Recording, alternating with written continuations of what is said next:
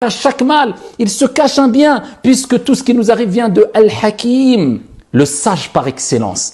Et que tu le comprennes ou pas, il y a une sagesse derrière la volonté d'Allah Azza wa Jalla et derrière tout ce qui t'arrive. Et parmi les sagesses des épreuves, c'est une purification.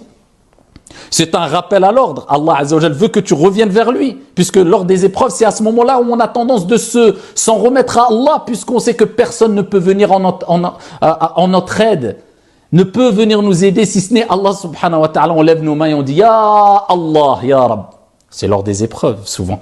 Allah te pousse à revenir vers les priorités, ce qui est le plus important dans ta vie. On a tendance à se noyer dans ce bas monde et dans les plaisirs et dans les responsabilités mondaines, etc. Donc on a besoin de ces piqûres de rappel à travers les épreuves.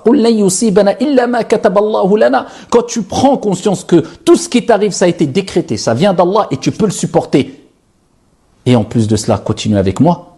Et tu sais qu'Allah Azza wa Jal dit Huwa Maulana, Allah. Allah te laisse pas seul. Face à cette étape indispensable de ta vie, face à cette épreuve que tu es en train de subir, Allah te laisse pas seul. Huwa Maulana, il te rappelle que c'est lui le protecteur, c'est lui le secoureur. Donc, tu as ces épreuves dans la vie.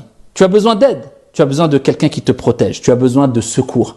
Huwa Maulana, celui qui a mis cela sur ton chemin, c'est lui qui te protégera. C'est lui qui te secourra.